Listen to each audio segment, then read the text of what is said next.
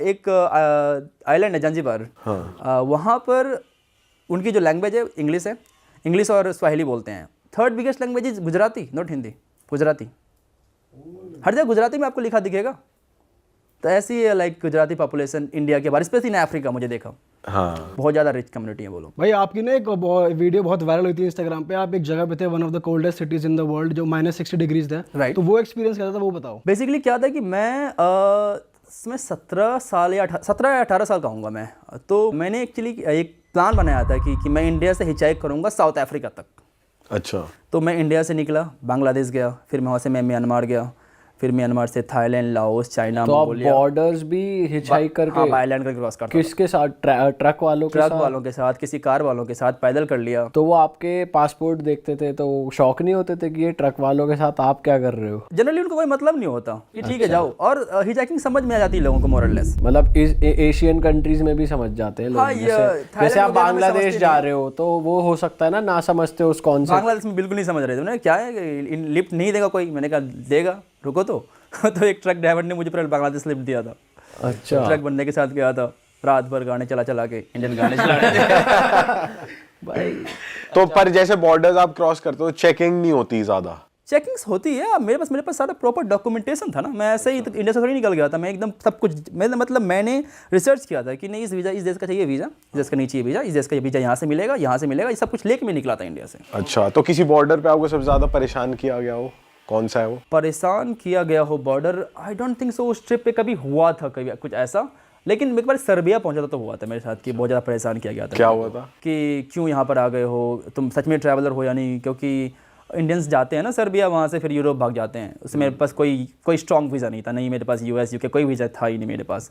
तो उसकी वजह से उन्होंने मुझसे बहुत सारे सवाल वगैरह किए थे और सब कुछ एक एक चीज़ खोल के चेक किया था।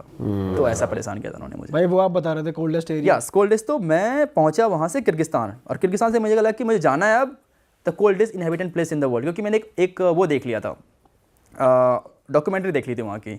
एक डॉक्यूमेंट्री थी ऑस्ट्रेलिया के एक न्यूज़ चैनल ने बनाई थी। मुझे कहा वहाँ मुझे जाना है।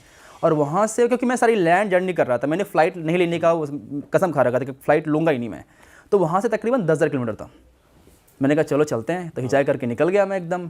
वहाँ से पूरा कजाकिस्तान क्रॉस किया, वहाँ से पूरा रशिया का एकदम मोस्ट ईस्टर्न पार्ट पहुँचा हिचाई करते। और एक सबसे बड़ी सिटी पहुँचा, याकुत्स्क, जो कि दुनिया की सबसे कोल्डेस्ट सिटी है, कोल्डेस्ट बिग सिटी। -64 गया मैं टेम्परेचर वहाँ पे। ओ भाई, -64। भाई कितनी लेस पहनी हुई थी आपने कपड़ों की? 7 या 8। ओ भाई साहब। उसके बाद वहाँ से और था 2000 किलोमीटर दूर, नथिंग, इसके बीच में कुछ था ही नहीं। अगर आप फ्रीज हुए तो गए आप। और वो जो रोड था, उस रोड का नाम था road of bones. Actually because वो रोड ऑफ जो ह्यूमन बोन होता है ना, उससे बना हुआ था वो बोन्स। सो उसकी छोटी सी हिस्ट्री बता देता हूँ कि हुआ क्या था कि गुलक्स के टाइम जो गुलक्स प्रिजनर्स थे उनसे रोड बनवाया जा रहा था। और वो जब मर गए, क्योंकि इतनी कोल्ड वेदर में तो मर ही जाएंगे, जब मरे तो उसका जो बोन था एज अ स्टोन यूज़ कर लिया उन्होंने कि चलो हटा नहीं, बोन नहीं है तो स्टोन ही डाल देते हैं। सॉरी, स्टोन ही तो बोन ही डाल देते हैं।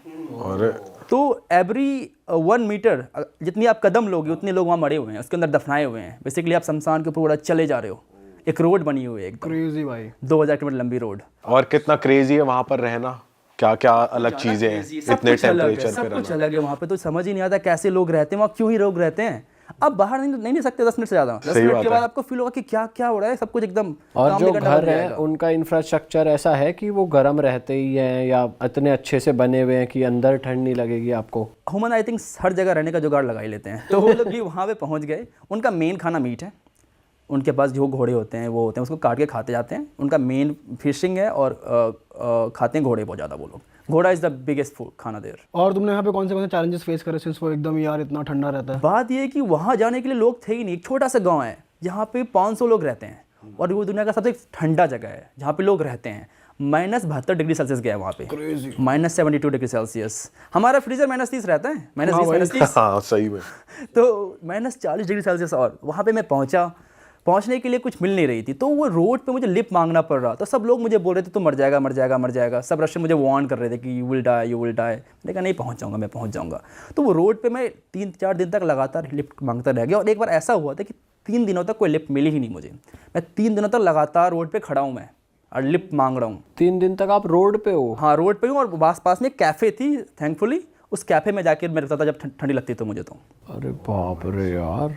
भाई इतना टॉर्चर क्यों करा आपने अपने आप को भाई, ये तो सुन के मेरे को लग रहा है भाई यार। नहीं मतलब शायद अब बड़ी लगता बहुत है thrilling torture। होगा तुम्हारे लिए, उस बहुत समय मेरे थ्रिलिंग था लाइक नहीं ये करना है, ये मुझे यहाँ पहुंचना है। I was the 4th Indian to reach there. उससे पहले कोई इंडियन गए, 4 इंडियन ही गए थे। हाँ अच्छा। वो भी एक्सपीडिशन चलती है वहाँ जाने के लिए, बहुत एक्सपेंसिव होता है वो ट्रिप।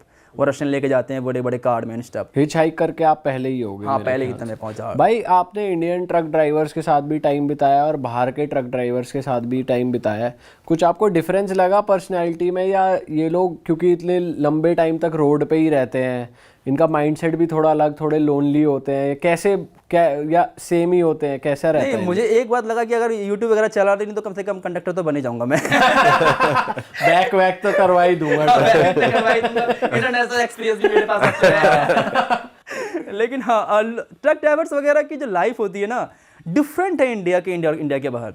एक बार तो रशिया के अंदर आप जो ट्रक्स देखोगे ना बहुत लग्जरियस होते हैं। यूएस के अंदर जो ट्रक्स बहुत लग्जरियस होते हैं, लेकिन आरबी हो जाता है, उसके अंदर फ्रिज है, खाना बनाने का है, 2 बड़े बड़े बंक बेड है सोने के लिए।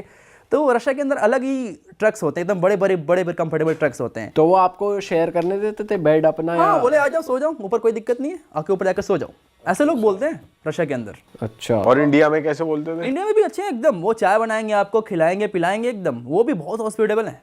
इंडिया में भी ट्रक ड्राइवर बहुत हॉस्पिटेबल है। पर वो लग्जरी नहीं है उनके ट्रक्स पास में। लग्जरी है ही नहीं, उनके पास कुछ नहीं, किस आपको कैसे देंगे वो?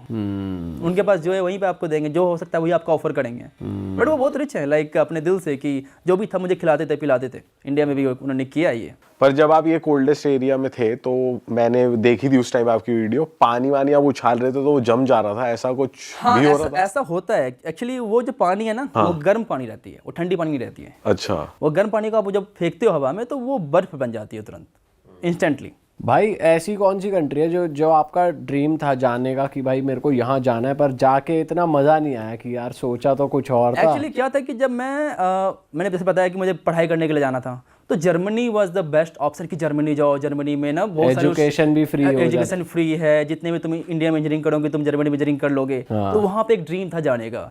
फिर जब आप पहुंचा तो फिर मुझे काफ़ी नॉर्मल कंट्री लगी, एडवेंचरस कुछ खास लगी नहीं मुझे। कौन सी सिटी गए थे आप? सबसे पहले मैं बर्लिन ही गया था। बर्लिन अच्छा नहीं है ना? हमें भी इतना मज़ा नहीं आया वहाँ। थोड़ा सा ही लगा मुझे, उतना अच्छा नहीं लगा। मुझे वहाँ साउथर्न जर्मनी की अच्छी लगी। नेगेटिव वाइब लगी, जैसे हम गए थे वहाँ पे तो इतना जैसे कहीं गए हो तो लग नहीं रहा था कि बर्लिन में कि आप घूम रहे आए हो, मतलब दबी वाइब, नेगेटिव वाइब थी। आपको भी यही फील हुआ? थोड़ी सी मुझे ऐसा फील हुआ था कि लाइक बर्लिन के अंदर उतना ज़्यादा अच्छा नहीं लगा मुझे। साउथर्न जर्मनी अच्छा लगा कंपेयर टू लाइक जो म्यूनिक वगैरह, काफ़ी मुझे बेटर लगा। म्यूनिक वगैरह ज़्यादा बढ़िया है। हाँ। लोग कौन सी कंट्री के आपको बेस्ट लगते हैं? अफगानिस्तान सबसे बेस्ट लोग हैं वो।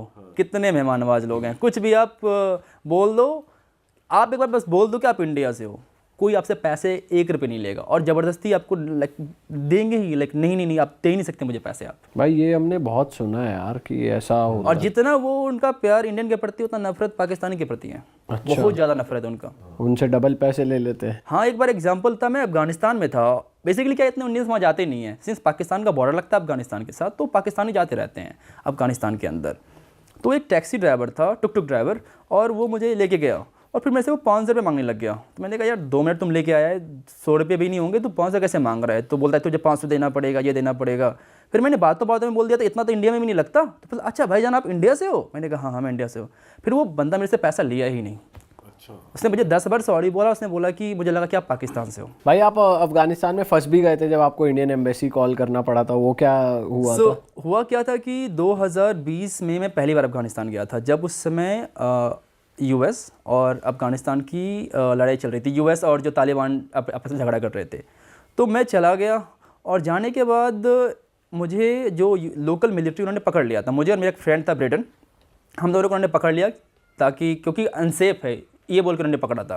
और अब पकड़ के उन्होंने अपने ऑफिस लेके गए हमें। तालिबान वाले? तालिबान नहीं, तालिबान तो उस समय जो ऑफिशियल अफगानिस्तान, उस समय अफगानिस्तान के जो लोग थे, उस समय जो अफगान गवर्नमेंट की जो पार्ट हुआ करता था, जो जिसको यूएस सपोर्ट करती थी, इंडिया सपोर्ट करती थी।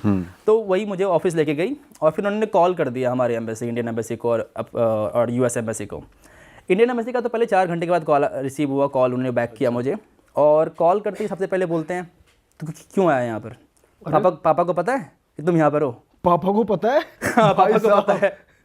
पापा को बताओ, पापा का फ़ोन नंबर दो, पापा से बात करनी है। यार ये क्या कहीं स्कूल में थोड़ी है। फिर क्या हुआ, फिर क्या हुआ? उसके बाद मैंने कहा तुम्हें पता है यहाँ चला, तुम क्या कैसे पहुँच गए हो? और जस्ट एग्जांपल मैं देता हूँ, यूएस ने कैसे बात किया। उसने मेरे फ्रेंड को कॉल किया, ब्रेडन को, और बोला कि I know you are very very adventurous, but you understand this situation is not good right now, please get out soon as possible, we will give you money, will give flight ticket, whatever you need. अरे बाप रे। ऐसे ही 2 बंदे का अलग अलग फिर response. आपको उन्होंने छोड़ा कैसे? उन्होंने फिर छोड़ दिया और मैंने कहा मैं इसी के साथ चला जाऊँगा। तो फिर यूएस एम्बेसी ने ही मेरी हेल्प की और मैं ब्रेडन के साथ ही चला गया। देन उसके अगले दिन ही मैंने फ्लाइट निकल गया। तो आपके फ्रेंड ने बताया कि मेरे साथ एक इंडियन फ्रेंड भी है, इसकी भी हेल्प कर इसके भी हेल्प कर दो और साथ में हम दोनों निकल जाते हैं। तो हम दोनों ये तो साथ में बहुत निकल ही गए। सही चीज़ हो गई यार। भाई ये वैसे कितना गलत एग्जाम्पल है यार, अपनी कंट्री कह रही है कि अरे पापा को फ़ोन करो। भाई कभी आपने इंडियन एम्बेसी की किसी और कंट्री में हेल्प मांगी और आपकी हेल्प हो गई, ऐसा हुआ है? हमेशा कुछ ना कुछ आपको गलत ही होता है। एक एग्जांपल देता हूँ मैं आपको। किर्गिस्तान में थे हम, हमारे एक वरुण भाई थे, हम दोनों फंसे हुए थे। हमारा कुछ प्रॉब्लम हो गया था ऑफिशियल्स के साथ कि हमें पता नहीं था कुछ रूल्स। और वहाँ पे एम्बेसी पहुँचे तो पता है एम्बेसी स्टाफ क्या बोलता है कि आप इस कंट्री क्यों आए हो अगर आपको यहाँ की लोकल लैंग्वेज नहीं आती हो तो उनके हिसाब से दुनिया में 197 कंट्रीज तो सब सारे के मैं लैंग्वेज सीख के जाऊँ। सही बात है। वो बोलते हैं आपको लैंग्वेज नहीं आती, यहाँ पे क्यों आ गए हो आप, अरे ये बोल रहे हैं सीधा। ये कंट्री है कहाँ पर और कैसी कंट्री है भाई? किर्गिस्तान ये रशिया का एक सोवियत कंट्रीज है, सोवियत का पार्ट हुआ करता था और रशियन बोलते हैं अभी भी वहाँ पे। अच्छा, सारे सोवियत कंट्री रशियन बोलते हैं। अच्छी कंट्री है? अच्छी कंट्री है, उसे कहते हैं I think Switzerland of Asia, क्योंकि काफ़ी माउंटेनस कंट्री है, बहुत ज़्यादा माउंटेन्स, ब्यूटीफुल माउंटेन्स हैं। सुंदर है नेचर बहुत वाइज। सुंदर है, बहुत नेचर वाइज। ऐसी कंट्रीज जो जिनके हमें नाम भी नहीं पता होते, जैसे तो यहाँ पे भी आपको इंडियन रेस्टोरेंट्स और ये सब मिल जाता है? मिल जाते हैं। अब मतलब ऐसा है ना, वो हर जगह पहुंच रखे इंडियन, ऐसी वो कोई जगह ही इंडियन नहीं जहाँ नहीं मेजरली पहुंचे। इंडियंस ही रन कर रहे होते हैं वहाँ पे सारे। मोस्टली इंडियन रेस्टोरेंट्स कर रहे होते हैं। और भाई जो ये तुर्कमेनिस्तान, ट्यूनीशिया ऐसी छोटी छोटी कंट्रीज हैं, ये कैसी कंट्रीज होती हैं? तुर्कमेनिस्तान तो काफ़ी डिक्टेटरशिप कंट्री है, डिक्टेटर्स हैं वहाँ पे। एक फनी सा एग्जाम्पल है वहाँ का जो डिक्टेटर था तानाशाह, वो डेंटिस्ट था, उसने डेंटिस्ट की पढ़ाई की थी। तो वो जब वापस से तुर्कमेनिस्तान में वो जब प्रेसिडेंट बना तो उसे वाइट से बहुत प्यार था, क्योंकि ऑफकोर्स डेंटिस्ट था। तो उसने क्या किया कि एक सिटी बनवाई और पूरा white, the whitest city in the world, उसको गिनीज वर्ल्ड रिकॉर्ड बना मिला है उस सिटी को। और सब कुछ मार्बल यूज़ किया गया है, पूरा मार्बल वाइट, पूरे मार्बल वाली सिटी बनाई है उन्होंने। और कोई भी वाइट कलर की कार अलाउड नहीं है सिटी के अंदर। सॉरी, वाइट कलर की ही कार अलाउड है, किसी अदर कलर की कार अलाउड नहीं है। अच्छा, सिर्फ वाइट, एवरीथिंग इज़ वाइट। अब बस स्टैंड वाइट, आपका वहाँ पे ऐसा तो नहीं लोगों को कह रखा है कपड़े भी वाइट पहनो? मुझे तो डर था, मैं निकलने से पहले ना मैंने अपना कम से कम मैंने अपना टीथ क्लीन करवा लिया था कि पता नहीं इसके दांत पीले अंदर करो इसको। भाई साहब ये तो अलग ही तो जब ऐसी कंट्रीज आप जाते हो तो भाई वो नेचर वाइज लोग कैसे होते हैं वहाँ के? अच्छे है एक्चुअली। जब आप किसी भी नॉन टूरिस्टिक कंट्री जाओगे ना, जहाँ पे टूरिस्ट नहीं जाते ज़्यादा, वो लोग ज़्यादा अच्छे होते हैं, क्योंकि वो टूरिस्ट देखते ही नहीं है, तो आपसे अच्छे से बर्ताव से बात करते हैं। जहाँ पर टूरिस्ट भरे पड़ जाते हैं, ये यूज टू टूरिज्म कि ठीक है एक और टूरिस्ट है, क्या ही बात करें। भाई इतनी सारी कंट्रीज तुम घूम ले हो, तो घूमते घूमते जाहिर सी बात है दोस्ती यारी भी हो जाती है। तो कौन सी कंट्री के आपके सबसे बढ़िया क्लोज फ्रेंड्स बने हुए हैं अभी तक? अभी तक यूएस वगैरह के बने हुए हैं, 2-3 फ्रेंड्स हैं यूएस के। इंडियंस भी बहुत एक्चुअली फ्रेंड थे, क्योंकि इंडियंस बहुत ट्रैवल करते हैं, तो फिर चलो ज़्यादा इंडियंस बन जाते हैं, स्पेशली फ्रॉम यूट्यूब कम्युनिटी, वो ज़्यादा अच्छे फ्रेंड्स हैं। और कौन सी कंट्री के दोस्त बने हुए हैं? यूएस के हैं, जर्मनी के बहुत सारे हैं, फ्रांस के हैं बहुत सारे। तो वो भाई कभी आपको बाय अपीयरेंस जज करते हैं? आपने कभी फील करा है कि यार मैं हॉस्टल में हूँ और कुछ लोग मेरे से बात ही नहीं करने आ रहे, या मैं बात कर रहा हूँ तो मेरे को ढंग से रिप्लाई नहीं कर रहे, रूड हो रहे हैं, ऐसा कभी फील हुआ है आपको? ऐसा कभी ज़्यादा मुझे फील नहीं हुआ कि मेरे अपीयरेंस की वजह से या मेरी नेशनलिटी की वजह से मुझे कुछ रेसिज्म फील करना पड़ा हो। वो आपके लाइक किस तरह हिसाब से आप बात करते हो उनसे, आप कैसे रिस्पेक्ट उसको देते हो, आप रिस्पेक्ट दोगे तो ही मिलेगा आपको रिस्पेक्ट। पर ऐसा कभी फॉरेनर्स ने आपके साथ ऐसा करा है कि आपको उम्मीद ही ना हो? जैसे हमने ऐसा सुना है कि वो बहुत चिंदी टाइप होते हैं, खर्चा वर्चा करने चिंदी टाइप तो होते ही हैं वो फॉरेनर्स मैंने देखा है, वो खर्चे के मामले में ऐसा होते हैं। क्या एक्सपीरियंस रहा आपका, कुछ बता सकते हो आप? मुझे सोचना पड़ेगा कि क्या ऐसा कुछ एक्सपीरियंस रहा था। लाइक हर एक चीज़ का हिसाब लेंगे। मुझे याद है मैं एक लड़की के साथ ट्रैवल कर रहा था थाईलैंड में, और खर्चा चल रहा था, तो मैंने एक जगह 5 रुपये का एक पार्किंग जगह दिया था मोटरसाइकिल पार्क करने के लिए, उसने मुझे 2.5 रुपये दे दिए। अच्छा, अपने 2.5 भी रख, अपने 2.5 रख। हाँ भाई यार बताओ, 3 भी नहीं 2.5। भाई यार। पर जब ऐसे आप लड़की के साथ ट्रैवल कर रहे होते हो तो कभी ऐसा हुआ है जस्ट इन केस कि आपको सेफ्टी इशू फील हुआ हो क्योंकि आप एक लड़की के साथ हो? जैसे कुछ हमारे फ्रेंड्स हैं जो कभी कजाकिस्तान वगैरह गए और वहाँ वो लोकल लड़कियों के साथ अगर मिल रहे हैं, घूम रहे हैं, तो वहाँ के लोकल लड़के उन्हें देख के थोड़ा कभी आ जाते हैं, क्वेश्चन ये करते हैं। आपके साथ होगा, बहुत ज़्यादा होता है। फॉर एग्जांपल दे रहा हूँ, मैं अभी अल्जीरिया होके आया हूँ और अल्जीरिया में 2-3 मुझे लड़कियाँ मिल गई, तो मैंने उनसे बातचीत की और उनके साथ वीडियो बना लिया मैंने। अब अल्जीरिया के अंदर उसको इतना ज़्यादा उन्होंने लाइक ब्लैकमेल किया जा रहा है कि ये क्या कर रहा है, तुम इंडियन, तुम अल्जीरियन से बात नहीं करते हो, तुम फॉरेनर देख के चिपक जाते हो उनके साथ, पूरा उनका मजाक उड़ाया जा रहा है उनके सोशल मीडिया पे, उन लड़कियों उन का। लड़कियों का। अरे वाह, आपने ये वीडियो यहाँ तक देख ली भाई, तुमने हमारी मेहनत सफल कर दिया। तुम ही लोग हो असली रियल हिट। और अगर आपको बहुत मजा आ रहा है ऐसी क्लिप्स में, ऐसी वीडियोस में, तो फटाफट जाइए प्लेलिस्ट पे बिंज वॉच कीजिए और सारी वीडियोस देख डालो और मौज काटो। That is it. हम मिलेंगे नए पॉडकास्ट में, नए क्लिप में। Till then bye bye, see you, take care, do subscribe.